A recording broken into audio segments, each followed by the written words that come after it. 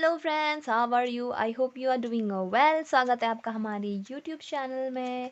So friends, इससे पहले मैंने फिफ्थ चैप्टर ऑलमोस्ट क्लास 8 की साइंस के कंप्लीट कर चुकी हूँ। अगर आपने नहीं देखे हैं तो आप उनको देख के कंप्लीट कर सकते हैं वीडियो सेक्शन में जाके। सो आज है हमारा ऑलमोस्ट सिक्स्थ चैप्टर। सो इस चैप्टर का नाम है combustion and flame. I hope you are excited to read this. सबसे पहले आ जाता है बच्चों, व्हाट इज कंबशन। कंबशन होता क्या है? So this is a chemical process in which a substance react with oxygen to give off heat is called combustion. यानी एक ऐसी केमिकल प्रोसेस एक ऐसी रासायनिक प्रक्रिया जिसमें कि एक सब्सटेंस कोई भी पदार्थ जो है वो क्या करता है, अगर रिएक्ट करे आपके ऑक्सीजन के साथ तो वो क्या देता है, हीट देता है। ठीक है, जब वो ऑक्सीजन के साथ रिएक्ट करता है तो वो क्या देता है, हीट देता है। तो इस प्रोसेस को हम क्या बोलते हैं, combustion. Okay, and the substances that undergo combustion is said to be combustible substances. और वो सब्सटेंसेस जो इस प्रोसेस में, इस कंबशन की प्रोसेस में पार्टिसिपेट करते हैं, उन सब्सटेंस को हम बोलते हैं कंबस्टिबल सब्सटेंसेस। जैसे कि इनको हम नॉर्मली फ्यूल भी बोल सकते हैं। ठीक है, तो ये तो हुआ कंबशन क्या होता है। Now here is a question that what is the difference between the burning and the combustion। Burning किसको बोलते हैं और कंबशन किसे बोलते हैं? सो फ्रेंड्स, जो बर्निंग होता है that is we set something और सेट ऑन फायर, किसी को हम मतलब फायर लगा देते हैं, इसको बोलते हैं नॉर्मली बर्निंग। बट कंबशन ये क्या आती है, एक केमिकल प्रोसेस होती है जिसमें कि मेनली क्या होता है, ऑक्सीडेशन होता है फ्यूल का। यानी ऑक्सीडेशन मतलब ऑक्सीजन की प्रेजेंस में वो सब्सटेंस क्या करता है, रिएक्ट करता है। बट बर्निंग के केस में क्या होता है, किसी भी चीज़ को हमने जैसे फायर लगा दी। दूसरा डिफरेंस यह आ जाता है कि जो ऑक्सीडेशन होता है उसमें जो है, जो हीट एनर्जी जो प्रोड्यूस होती है वो कंपैरेटिवली लो होती है।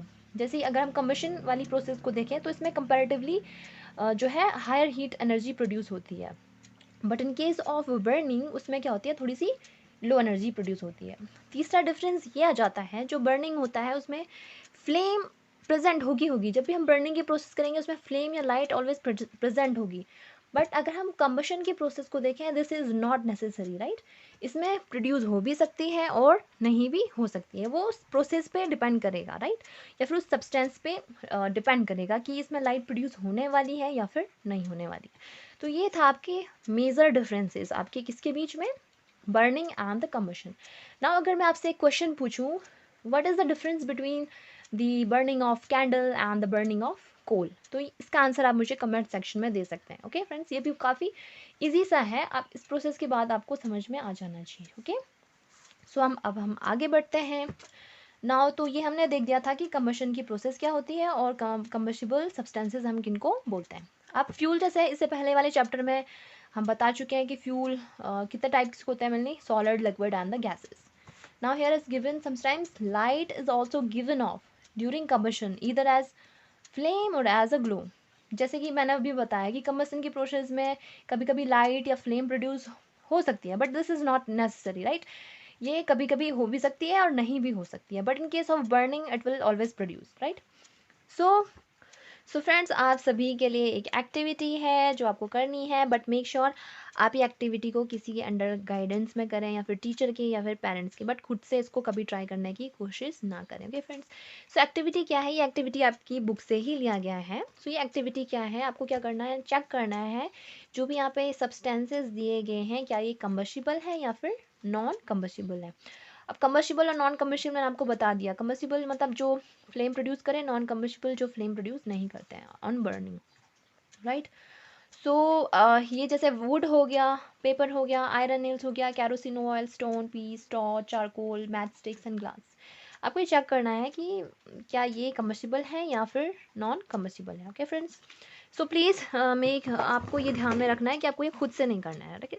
आप किसी की प्रेजेंट में करें, कोई भी आपके अगर पेरेंट्स हो या फिर टीचर हो उनकी प्रेजेंस में आप करें। ओके, सो अब हम आगे बढ़ते हैं। Different substances catch fire at different temperature.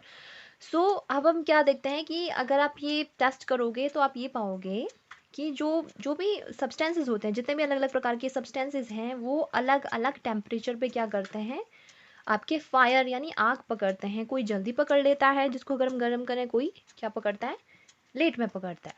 So the lowest temperature at which a substances catch fire is called as igneous temperature। तो वो एक लोवेस्ट टेम्परेचर जिस पे कि कोई भी सब्सटेंसेस क्या पकड़ लेता है, आग पकड़ लेता है, उसको हम बोलते हैं उस सब्सटेंसेस का इग्निशियस टेम्परेचर। यानी अगर हम कोई भी सब्सटेंसेस को अगर हम गर्म करते हैं तो जिस पॉइंट पे वो आग पकड़ लेगा तो उस पॉइंट को हम बोलते हैं भाई ये इसका क्या है, इग्निशियस पॉइंट है। यानी इस टेम्परेचर पे ये सब्सटेंसेस क्या पकड़ लेगा, आग पकड़ लेगा। Okay, now combustible substances cannot catch fire or burn as long as its temperature is lower than its igneous temperature। यानी कोई भी अगर combustible substances है वो तब तक आग नहीं पकड़ेगा जब तक कि वो उसके igneous टेम्परेचर से क्या है, कम है, राइट।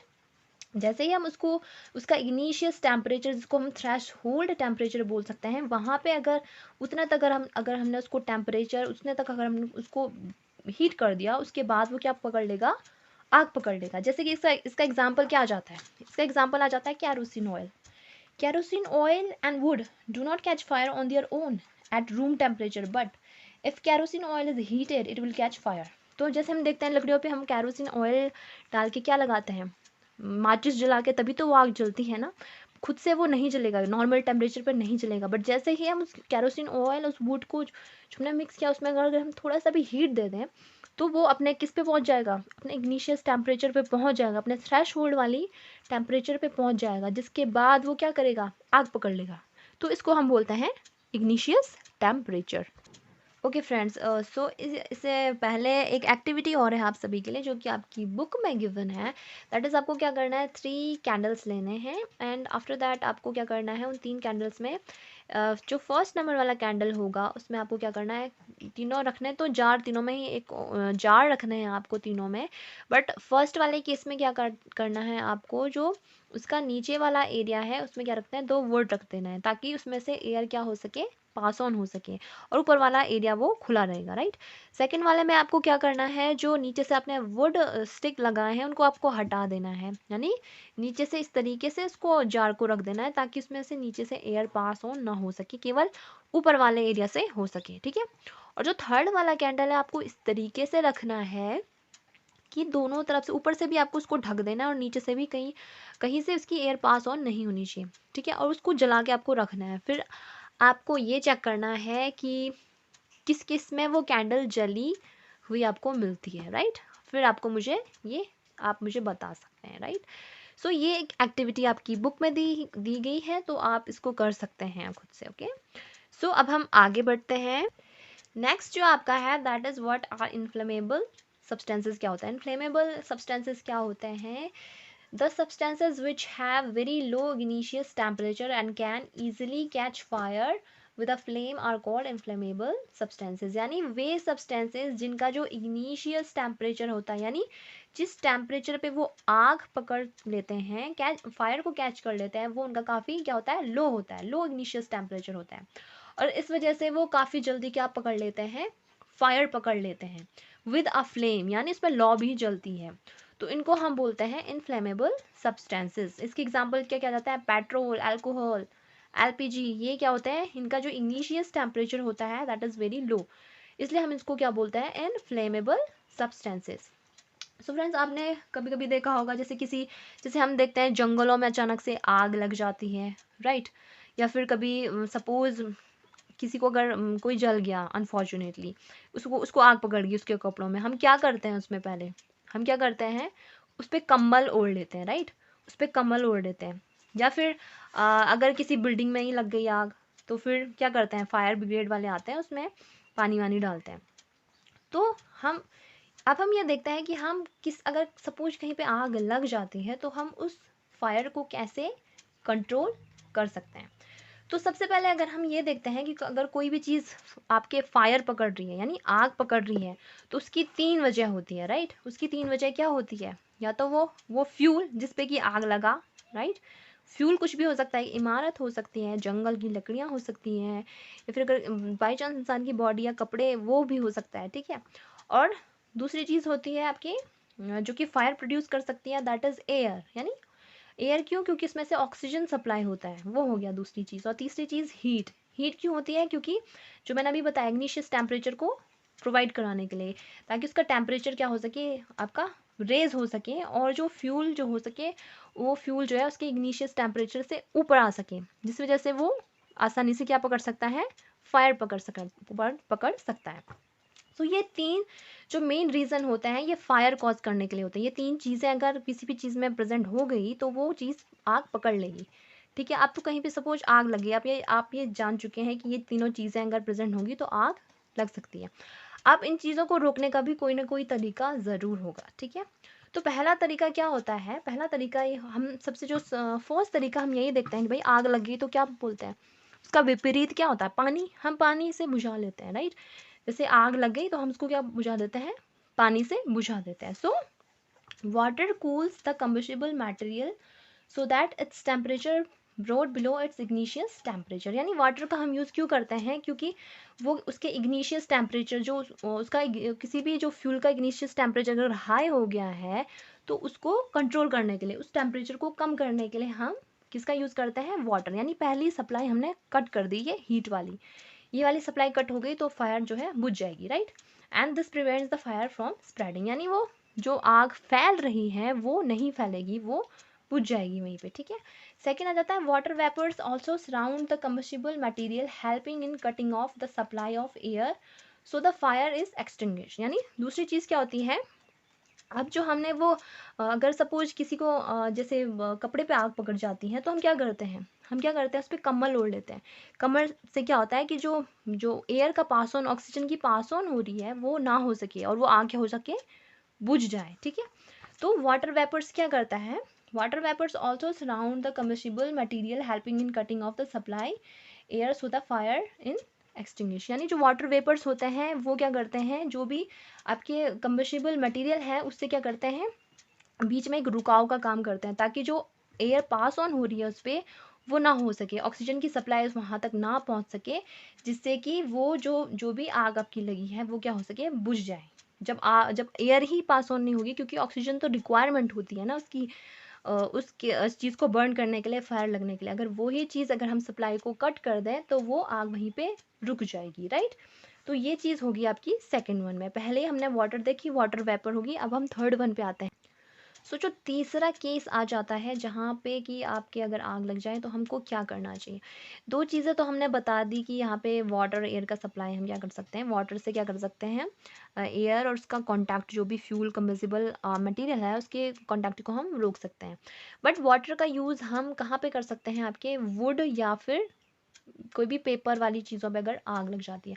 बट सपोज अगर किसी इमारत में या फिर बिल्डिंग में या फिर ऑफिस में आग लग जाती है तो क्या हम वहाँ पे भी वाटर का यूज़ करेंगे? द आंसर इज़ नो, क्योंकि वहाँ पे क्या होता है, बहुत सारे क्या रहते हैं, इलेक्ट्रिकल अगर इक्विपमेंट पे सपोज आग लग जाती है तो क्या हम उस पे पानी से बुझाएंगे? नहीं, ये गलती हम नहीं कर सकते हैं, क्योंकि हमको क्या लग सकता है, करंट लग सकता है, because water is a good conductor of electricity. तो अगर हम वहाँ पे अगर हम पानी डालें तो हम जो है खुद ही खतरे में पड़ जाएंगे। सो और दूसरा केस क्या आ जाता है, दूसरा केस ये आ जाता है, अगर सपोज पेट्रोल या ऑयल वाली चीज़ अगर उस फायर में इन्वॉल्व है तभी भी हम वाटर का यूज़ नहीं कर सकते हैं। क्यों? रीज़न क्या होता है, रीज़न ये होता है कि ऑयल और जो पेट्रोल वाली चीज़ें होती हैं उसके जो वाटर होता है इनके कंपैरिजन में क्या होता है, हैवी होता है। तो अगर हम उस पे वो वाली चीज़ों पे अगर हम पानी डाल रहे हैं तो पानी तो सिंक कर जाएगा नीचे और वो आग फिर भी लगती रहेगी। हम बोलेंगे भाई आग तो बुझ ही नहीं रही, हम पानी डाले जा रहे हैं, क्योंकि वाटर हैवी होता है और उसको बुझाने का काम नहीं कर पाता है, वो नीचे सिंक हो जाता है और आग फिर भी लगी रहती है।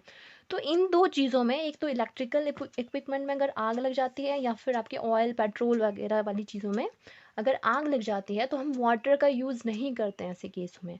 तो ऐसे केसेस में हम क्या यूज़ करते हैं फिर हम ऐसे केसेस में यूज़ करते हैं, आपने सुना होगा कार्बन डाइऑक्साइड। ठीक है? तो ये जो है बेस्ट जो चीज़ होती है बुझाने के लिए कार्बन डाइऑक्साइड का यूज़ करते हैं। क्यों? क्योंकि कार्बन डाइऑक्साइड क्या होता है? कार्बन डाइऑक्साइड होता है आपका हैवी, किससे? आपके पेट्रोल और ऑयल से थोड़ा हैवी, ऑक्सीजन से थोड़ा हैवी होता है, राइट? ऑक्सीजन से हैवी होता है तो ये क्या कर लेता है, आपके कट ऑफ कर लेता है। उस आग को वो क्या कर लेता है, बुझा देता है, क्योंकि ऑक्सीजन की जो सप्लाई हो रही होती है उस फ्यूल तक उसको वो बंद कर देता है, जिससे कि फायर क्या हो जाता है, कंट्रोल हो जाती है। ये तो केस हो गया अगर आपके पेट्रोल और उन चीज़ों में हो रहा है। इलेक्ट्रिकल इक्विपमेंट में भी हम इसका यूज़ कर सकते हैं, क्योंकि जो है ये एक तो ये हार्म नहीं पहुंचाएगा किसके, इलेक्ट्रिकल इक्विपमेंट्स को, दूसरा जो है ये आग बुझाने का भी काम कर देता है। तो इस वजह से आपने देखा होगा हर एक ऑफिस वगैरह में ये रखा रहता है एक सिलेंडर में रखते हैं हम कार्बन डाइऑक्साइड वाली गैस को। So this is the best extinguisher. Okay, so I hope you understand this one. और फ्रेंड्स, अगर हमको जैसे सपोज कहीं पे अचानक से आग लग गई जहाँ पे हमको कार्बन डाइऑक्साइड का सिलेंडर मौजूद नहीं है, तो वहाँ पे हम क्या करेंगे? तो हम और तरीके भी अपना सकते हैं जिससे कि हम क्या रिलीज़ कर सकें, कार्बन डाइऑक्साइड गैस को रिलीज़ कर सकें, जो कि उस आग को काबू में ला सकते हैं। तो उसके लिए हम क्या करते हैं, ड्राई पाउडर लेते हैं कुछ केमिकल्स का, जैसे कि सोडियम बाइकार्बोनेट या फिर पोटेशियम बाइकार्बोनेट। इनको हम क्या करते हैं, ये क्या करते हैं, इसको अगर हम यूज़ करें, जलाएं, तो इसमें कार्बन डाइऑक्साइड गैस निकलती है। तो अगर हम इसको आग वाले एरिया में रखें तो ये इससे गैस निकलेगी, तो थोड़ा बहुत कंट्रोल हो सकता है। तो दिस इज़ द जो क्विक बोलते हैं, आपका सोल्यूशन ढूंढना है तो हम इसको कर सकते हैं अगर कहीं पे आपका कार्बन डाइऑक्साइड सिलेंडर मौजूद ना हो ये एक्सटिंग्विशर का। But this is the best extinguisher for यानी फायर को रोकने के लिए। ओके फ्रेंड्स, सो ये तो था हमारा। अब हम ये तो था हम फायर को कैसे रोक सकते हैं। अब हम देखते हैं भाई, कम्बशन तो हमने देख दिया क्या होता है कम्बशंस, राइट। अब हम इसके टाइप्स देखते हैं, राइट। तो टाइप्स क्या क्या होते हैं, एक होता है आपका कंप्लीट कम्बशन, एक होता है इनकम्प्लीट कम्बशन, एक होता है एक्सप्लोजिव कम्बशन, एक होता है स्पॉन्टेनियस कम्बशन और एक होता है रैपिड कम्बशन। तो इनको हम वन बाय वन लर्न करने की कोशिश करते हैं। सबसे पहले हम देखते हैं what is complete combustion. As name suggesting, complete माने पूरा, कंबशन की प्रोसेस को होना, यानी इसमें की पूरी कंप्लीट प्रोसेस होती है कंबशन की। And requires a combination of fuel and the oxygen. Obviously अगर आपको कंबशन की प्रोसेस करनी है तो इसके लिए आपको फ्यूल भी चाहिए होगा और ऑक्सीजन भी चाहिए होगा। विदाउट इसके ये प्रोसेस संभव नहीं है, ठीक है। इसमें क्या होता है, जो रिएक्टेंट यानी जिसको हम फ्यूल बोल रहे हैं वो कम्प्लीटली बर्न हो जाता है इन प्रेजेंस ऑफ ऑक्सीजन, और एक limited amount of by product छोड़ता है। बाय प्रोडक्ट यानी आपके गैस हो सकती है या फिर वाटर हो सकता है, ठीक है, but this is in the limited amount. ये तो हो गया आपका कंप्लीट कम्बशन, या जहाँ पे भी कंप्लीट प्रोसेस हो जाती है आपकी कम्बशन की, राइट। नेक्स्ट हम देखते हैं incomplete combustion. Name suggesting incomplete यानी पूरा कम्बशन नहीं होता है। When there is not enough oxygen for the fuel to fully react, यानी जिसमें कि ऑक्सीजन आपकी पर्याप्त मात्रा में मौजूद नहीं हो सकती है, जो जिसकी वजह से जो है कम्बशन जो है कंप्लीट नहीं हो सकता है, वो फुली रिएक्शन नहीं हो पाता है, ठीक है। इस वजह से जो बाई प्रोडक्ट इसमें प्रोड्यूस नहीं होते हैं, बाई प्रोडक्ट जैसे कि CO2 and the H2O, right. And this produces less energy as compare to the complete combustion, यानी कंप्लीट कम्बशन में थोड़ा सा एनर्जी ज़्यादा प्रोड्यूस होती है, but in case of complete combustion क्योंकि वो प्रोसेस पूरी नहीं हो पाती है ड्यू टू दो यानी लैक ऑफ और less amount of oxygen is present, तो इसमें क्या होता है, लेस एनर्जी प्रोड्यूस होती है, राइट।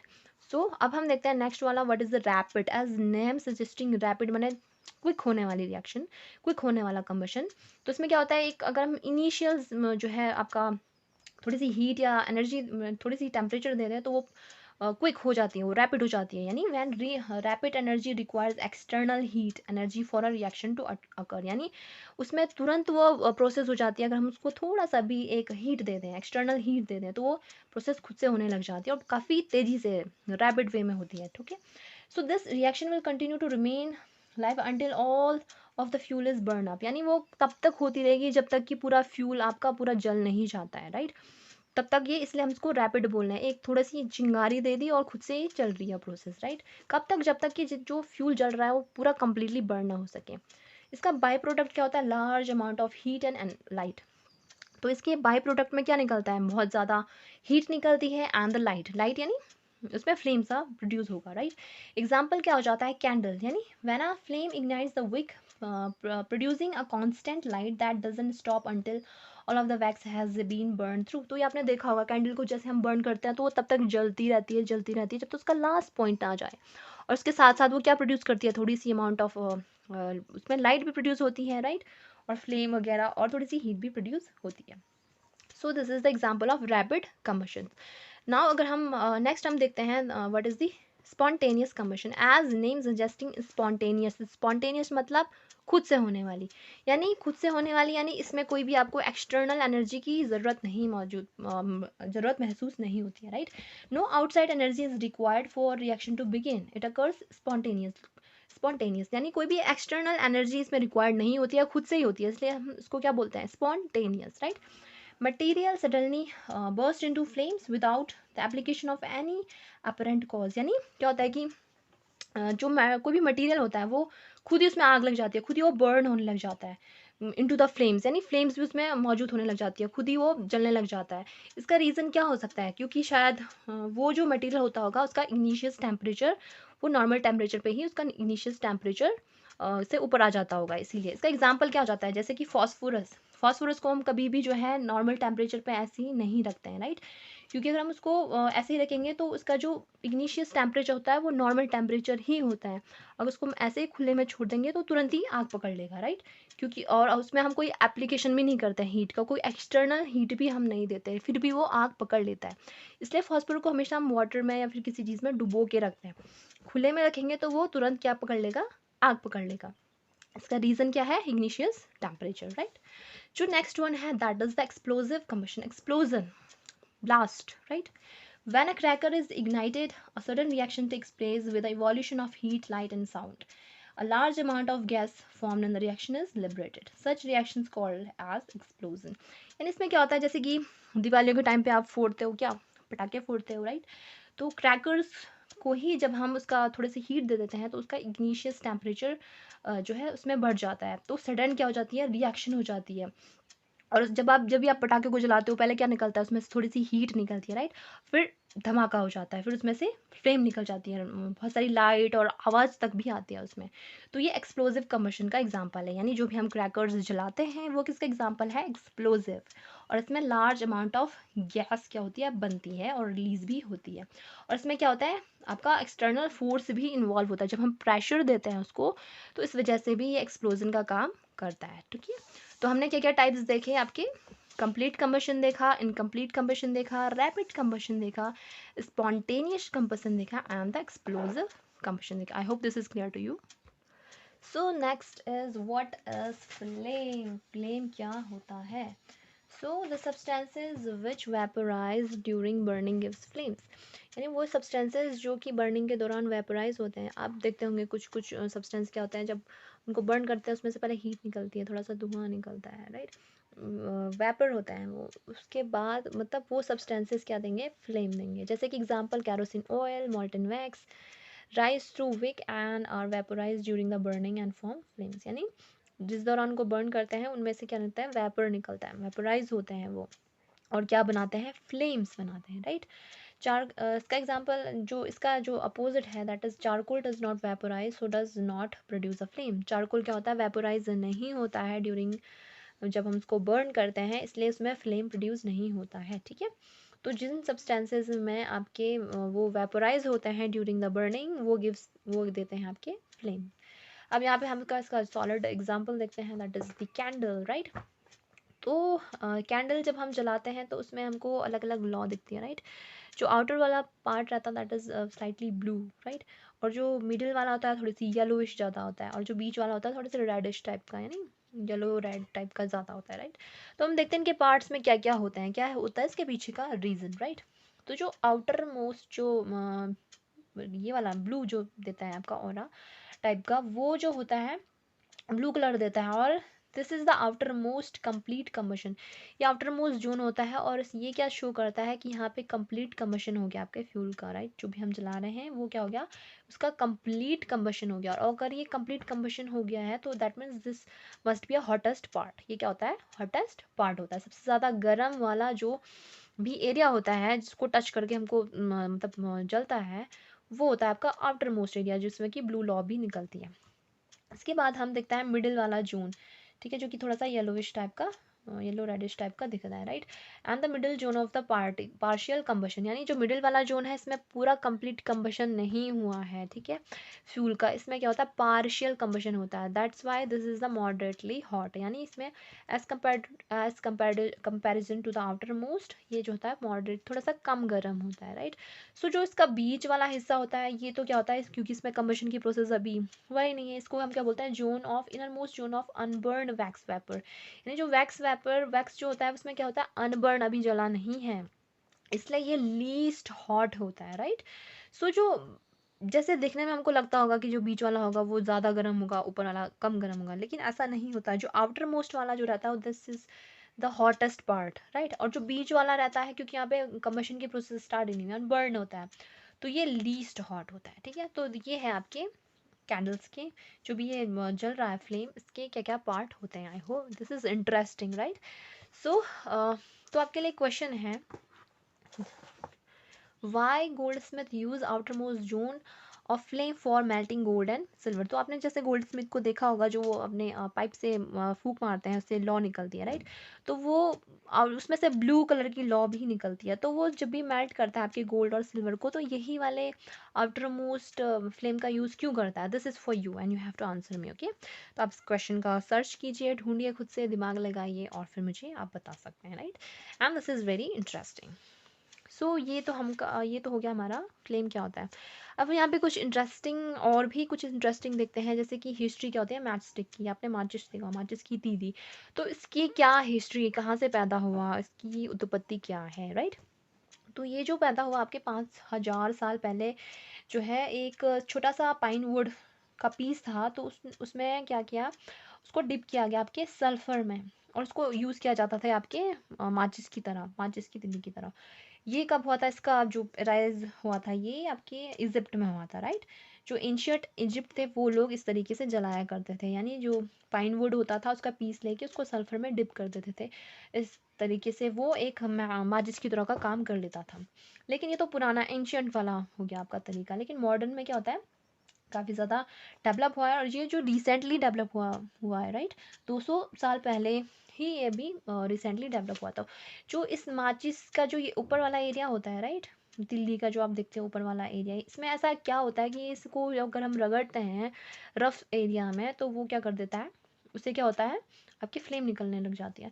तो इसमें क्या क्या होता है, इसमें मिक्सचर होता है आपके एंटीमनी ट्राइसल्फाइड का एंड पोटेशियम क्लोरेट का, प्लस इसमें होता है वाइट फॉस्फोरस, ग्लू भी होता है एंड स्टार्च भी होता है।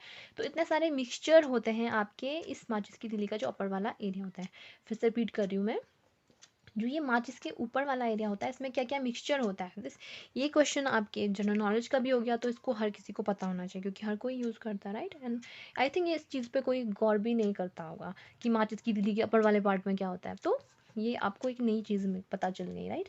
तो इसके ऊपर क्या क्या होता है, antimony trisulphate, potassium chlorate, white phosphorus, glue and starch, इतनी सारी चीज़ें प्रेजेंट होती है। तो जब भी हम इसको किसी भी रफ सरफेस के अगेंस्ट वो करते हैं, आपको स्ट्रक करते हैं, तो क्या होता है, इसमें जो वाइट फॉस्फोरस, अगेन मैंने इससे पहले बताया था फॉस्फोरस, राइट। तो इसमें जो वाइट फॉस्फोरस होता है, उसका इग्निशियस जो पॉइंट होता है ना, वो क्या हो जाता है, वो उसमें हीट फ्रिक्शन के कारण उसका इग्निशियस टेम्परेचर वो से अपर चला जाता है, तो इग्नाइट हो जाता है वो। इसकी वजह से क्या होता है, कंबशन की प्रोसेस हो जाती है आपकी उस माचिस की तीली में। ये वाला एरिया वुड वाला होता है, राइट। तो ये ऊपर वाला एरिया में ही इसके मिक्सचर्स प्रेजेंट होते हैं। बट ये क्या होता था, जो वाइट फॉस्फोरस होता था, जो भी जब भी इसको कारखाने में अभी जहाँ पे भी ये बनता था, तो ये जो भी लोग बनाते थे, ये थोड़ा सा डेंजरस हो जाता था, राइट। तो इस वजह से इसको बदल के इसकी जगह पे अब कौन सा यूज़ किया जाता है, रेड फॉस्फोरस। ये थोड़ा सा लेस डेंजरस है, इसलिए वाइट फॉस्फोरस की जगह पे हम क्या करते हैं, हम रेड फॉस्फोरस का यूज़ करते हैं। तो दिस इज़ वेरी इंटरेस्टिंग। हमको आज जानने को मिला कि ये माचिस की तीली में क्या होता है, जैसे कि वो क्या पकड़ती है, फ्लेम करती है, राइट, आग जलाती है। सो नेक्स्ट, अब हम देखते हैं व्हाट इज़ फ्यूल। फ्यूल क्या होता है, इससे पहला का जो होल चैप्टर था that is on fuel, right. I hope आपने इसको अच्छे से देख लिया होगा, अब आपको काफ़ी अच्छे से समझ आ गया होगा फ्यूल की क्या होता है, राइट। सो जो sources of heat energy for domestic and industrial purposes are mainly wood, charcoal, petrol, kerosene are called as a fuel. यानी ये सारी चीज़ें क्या होती हैं, हम इसको फ्यूल की तरह यूज़ करते हैं, जो कि जिससे कि ये सोर्स होता है आपके हीट एनर्जी का, और इसका यूज़ हम अपने डोमेस्टिक पर्पसेस या फिर इंडस्ट्रियल पर्पसेस के लिए करते हैं। जैसे कि वुड हो गया, चारकोल, पेट्रोल, कैरोसिन, ये सारे इन सबको हम क्या बोलते हैं, फ्यूल ही बोलते हैं, right. And there is probably no fuel that could be considered as a ideal fuel. यानी ऐसा कोई दुनिया में ऐसा फ्यूल नहीं है जिसको हम बोलते हैं भाई this is the ideal one, इसमें सारी अच्छी प्रॉपर्टीज़ हैं। कुछ कुछ में जो है थोड़ा मॉडरेट प्रॉपर्टी हो सकती है, उसको हम गुड फ्यूल बोल सकते हैं, बट आइडियल फ्यूल जैसी चीज़ नहीं हमको मिलती है, राइट। क्योंकि कुछ किसी में कोई प्रॉपर्टी अच्छी होगी, किसी में कोई प्रॉपर्टी कम अच्छी होगी, तो बट हम गुड फ्यूल बोल सकते हैं। तो गुड फ्यूल की प्रॉपर्टी आपकी क्या हो सकती है कि वो रेडियली अवेलेबल होना चाहिए, चीप होना चाहिए, काफ़ी अगर उसको एयर में रखें तो काफ़ी ईजिली वो बर्न होना चाहिए मॉडरेट रेट से, राइट। और उसमें जो है क्या होनी चाहिए, large amount of heat produce होनी चाहिए, और वो कोई भी अनडिज़ायरेबल सब्सटेंसेस प्रोड्यूस नहीं करना चाहिए। जो भी उसको जलाने के बाद जो बचता है वो अनडिज़ायरेबल सब्सटेंसेस नहीं होना चाहिए, उससे जो है नुकसान नहीं होना चाहिए हमारे एनवायरनमेंट को। तो ये गुड फ्यूल की प्रॉपर्टी हो सकती है, राइट। क्या क्या हो सकती है कि वो रेडियली अवेलेबल होना चाहिए, काफ़ी आसानी से बर्न होना चाहिए, और उसमें large amount of heat produce होनी चाहिए, और उसमें कोई भी अनडिज़ायरेबल बाय प्रोडक्ट उसमें ऐसा नहीं होना चाहिए सब्सटेंस प्रेजेंट, राइट। अब हम देखते हैं next, that is the fuel efficiency, right? What is the fuel efficiency? The amount of heat energy produced on complete combustion of 1 kg of a fuel is called its calorific value. The calorific value is expressed in a unit called kilo joule per KG, right. तो fuel efficiency क्या होती है? वो amount of energy जो कि produce होती है एक complete combustion of 1 kg of fuel, यानी अगर हम 1 kg ऑफ फ्यूल को कंप्लीट कंबशन कर रहे हैं, उसके बाद जो हीट एनर्जी प्रोड्यूस हो रही है उसको हम बोलते हैं कैलोरीफिक वैल्यू। उसको हम क्या बोलते हैं? कैलोरीफिक वैल्यू, यानी उसकी इफिशियंसी है। वो क्या है? इसकी फ्यूल एफिशिएंसी, यानी 1 kg फ्यूल को हम जब हम उसका कंप्लीट कंबशन करते हैं तो कितनी एनर्जी उसमें कितनी हीट एनर्जी उसमें प्रोड्यूस हो रही है, राइट। तो उसको हम बोलते हैं फ्यूल एफिशिएंसी, राइट। तो इसी को हम इसकी भी क्या बोलते हैं? Calorific value. तो कैलोरीफिक वैल्यू को हम कैसे एक्सप्रेस करते हैं? उसकी यूनिट क्या होती है? उसकी यूनिट होती है KG, kilojoule per KG, right. इसकी यूनिट क्या होती है? Kilojoule per KG, right. So ये हो गया आपका फ्यूल एफिशिएंसी, राइट। अब हम देखते हैं burning of fuel leads to harmful products, यानी अब हम जैसे अगर हम फ्यूल को अगर हम बर्न करें तो उसमें से कुछ हार्मफुल क्या निकलते हैं? प्रोडक्ट्स निकलते हैं, जिससे कि हमारे इन्वायरमेंट को क्या पहुंचता है? किसी भी तरीके का नुकसान पहुंचता है। इसमें सबसे पहले क्या आ जाता है? Carbon fuel. कार्बन फ्यूल में क्या आ जाता है? Wood, coal, petroleum release unburnt carbon particles, dangerous pollutants cause respiratory disease, asthma. जब भी हम कार्बन रिलेटेड फ्यूल को हम जलाते हैं, जिसमें कि आपकी लकड़ियाँ आ जाता है, कोल आ जाता है, पेट्रोलियम से रिलेटेड कोई भी चीज़ आ जाती है, जब हम इनको बर्न करते हैं तो उसमें से कुछ कार्बन पार्टिकल्स निकलते हैं, राइट। तो ये कार्बन पार्टिकल्स क्या होते हैं? ये इनको हम बोलते हैं डेंजरस पॉल्यूटेंट्स। क्यों बोलते हैं डेंजरस पॉल्यूटेंट्स? क्योंकि इससे हमको अस्थमा जैसी बीमारियाँ भी हो सकती हैं। रेस्पिरेटरी जो भी डिजीजेज होती हैं रेस्पिरेशन से रिलेटेड, उसमें ये चीज़ें पार्टिकल रोल प्ले करते हैं, जैसे कि अस्थमा जैसी बीमारियां भी हो सकती है, राइट। इसलिए ये क्या होती है? हार्मफुल होती है। दूसरा क्या रीज़न होता है? Incomplete combustion of these fuels. अगर ये कम्प्लीटली कम्बशन नहीं हो रहा है तो इसमें से क्या निकलती है? आपकी carbon monoxide. Again this is very poisonous. इसीलिए जब भी हम बोलते हैं जैसे कि कहीं पे धुआं लग रहा है तो रात को ऐसे सब दरवाजे खिड़की दरवाजे बंद करके नहीं सोना चाहिए, क्योंकि एक कार्बन मोनोऑक्साइड क्या होता है? हमारी सांस में चली जाती है, इससे हमको क्या होता है? घुटन होता है, राइट। तो ये भी क्या होती है? पॉइजनस होती है, इससे हम even it can cause that, right. तो इसलिए इसका रीज़न क्या होता है? Incomplete combustion of fuels, right. तो ये इससे क्या होता है? कार्बन मोनोऑक्साइड प्रोड्यूस होती है, जो कि क्या होता है? Again poisonous. जो थर्ड रीज़न होता है, that is the combustion of most fuel release the carbon dioxide in the environment, and that can cause the increase in the global warming, right। तो थर्ड रीज़न क्या होता है? अगर इसका completely suppose combustion भी हो जा रहा है, फिर भी उसमें से क्या निकल रही है? कार्बन डाइऑक्साइड गैस निकल रही है, राइट। एंड अगर ज़्यादा कार्बन डाइऑक्साइड गैस आपकी निकल रही है तो वो एनवायरनमेंट को क्या करेगा? फिर से हार्म करेगा। आपका जो ग्लोबल टेम्परेचर इंक्रीज हो रहा है अर्थ का, it will lead to the global warming, and again this is very harmful to all of us, right। जो नेक्स्ट रीजन आ जाता है, that is the burning of coal plus diesel. It will lead to क्या release करती है? SO2, यानी sulphur dioxide gas release करती है। तो क्या होता है? जब भी हम कुछ कोल और डीजल को अगर हम बर्न करते हैं, उसमें से जो गैस निकलती है वो क्या होती है? ऑक्साइड्स होते हैं आपके, सल्फर के और नाइट्रोजन की, जिसको SO2 NO2 ये भी बोलते हैं, राइट। तो ये क्या करती हैं? जैसे कि बारिश आ रही है तो उस बारिश में ये गैसें क्या हो जाती हैं? डिज़ोल्व हो जाती है।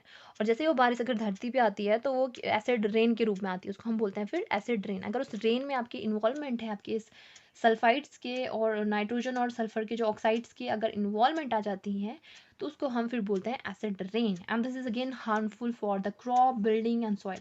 इसका रीज़न आपने रिसेंटली ताजमहल का देखा होगा कि उसकी जो चमक धीरे धीरे क्या पड़ती जा रही है? फीकी पड़ती जा रही है। रीज़न यही है एसिड रेन, क्योंकि आपके जो कोल और डीजल से जो रिलीज हो रही है गैसें, ये क्या कर रही हैं? आपके ताजमहल के साथ साथ और भी कई सारी चीज़ें, जैसे क्रॉप को आपके हार्म कर रही है, बिल्डिंग्स को, सॉइल की उसकी उर्वरा शक्ति को वो कम कर रही हैं। This is again another reason. So, use of diesel and petrol in automobile is being replaced by CNG, that is compressed natural gases. Cause it produces less harmful products. इसीलिए जो क्या होता है, जो पेट्रोल और रिसेंटली जो है petrol और जो डीजल से चलने वाले ऑटोमोबाइल्स हैं, उनकी जगह आप हम यूज़ कर रहे हैं ज़्यादातर CNG, क्योंकि ये क्या होती है, लेस हार्मफुल प्रोडक्ट्स ये रिलीज़ करती है, जो कि हम बोल सकते हैं ये थोड़ा सेफ है ये, ठीक है, यूज़ करने के लिए। सो ये सारे रीज़न हो गए आपके कि फ्यूल आपके क्या कैसे आपके हार्मफुल प्रोडक्ट्स को प्रोड्यूस करते हैं। So this was the whole chapter. I hope you like this, and if you like this please subscribe my channel and share it with your friends too. Thank you, friends.